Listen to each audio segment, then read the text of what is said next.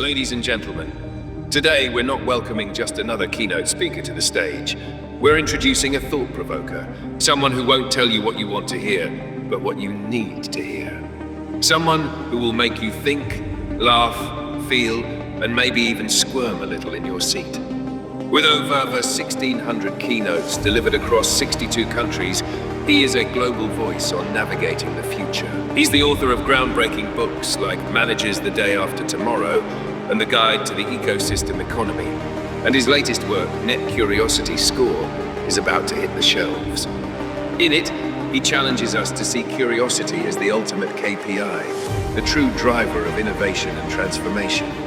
He talks about the future, not because he claims to predict it, but because he inspires you to shape it. He believes that the real disruptor isn't technology, but the ever-changing human being. And his mission? To help you thrive in a world that increasingly feels like a twilight zone by harnessing the power of curiosity. Prepare yourself for an hour of deep insights, sharp humor, and maybe a little constructive chaos. Please give a warm welcome to the man who doesn't leave you with answers, but with better questions. Rik Vera.